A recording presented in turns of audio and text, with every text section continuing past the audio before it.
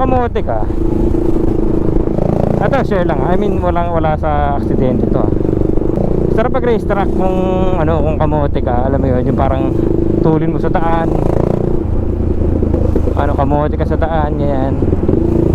Doon mo malalabas yung potential mo sa racetrack eh, kung talagang kamote ka eh. Doon mo malalaman kung kamote ka talaga. Sa racetrack kasi iba yung likuan dyan eh, iba yung likuan sa daan, iba yung likuan sa racetrack. Para sa akin lang, kapag nag racetrack ka, marami kang makukuhang ano eh, technique. O marami kang makukuhang technique na ma-apply mo sa kalye. Yun lang yung ano ko, para sa akin lang naman, mga papi. Sample, sa racetrack kasi minsan di maiiwasan yung mag-i-skid-skid ka eh. So sa daan, maraming mga ganong case. Medyo sa racetrack kasi parang napag-aaralan mo siya. Kahit di mo sinasadya, mapag-aaralan mo siya eh. Yung mga kunyari, nag-skid ako dito sa part na to, madalas sa daan, pag may ganun, parang yung instinct mo ba, parang kaya mo siya, diba? Yan, madaan ka sa madudulas na ano ng kalye, hindi ka mabibigla, hindi ka magugulat, ganun. Parang may mga ganun, may mga matututunan ka na unexpected pag nag-racetrack ka. Kaya ano pang inaantay nyo? Tara na, racetrack na.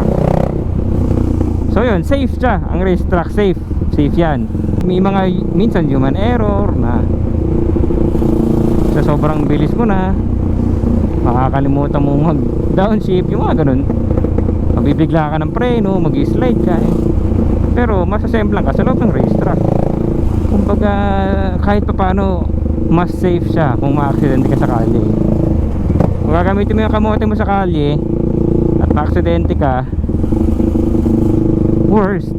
Unlike pag kamote ka, ginamit mo yung kamote mo sa racetrack, kahit pa paano yung aksidente mo dun hindi ganun kalala, diba? Safe ka pa, mapapractice mo pa yung ano mo, yung skills mo. Tagal eh, no? Tagal dumating ng skills eh, no? Ang traffic dito, lupat ako, sana kabisado ko yung daan. Shoutout pala kay Sir Alfred. Yung racetrack kasi kanina pa-event yun para kay Sir Alfred Jimenez. Dahil despedida niya, kinuha siya sa ibang bansa eh, ng KTM. Kaya umutin kami kasi KTM tayo mga papi. Oh, sarap, lamig oh. Lamig sa suit, nakabukas suit ko eh. Racetrack pa mo, ay buhangin. ABS naman tayo eh. Pero kahit naka-ABS ako minsan, natatakot ang mamreno sa buhangin talaga. Dudulas at dudulas. Sana all may uwing patis Spencer. Video tayo dun guys pag medyo wala ng traffic. Hindi tayo makapagdaldal eh, traffic eh.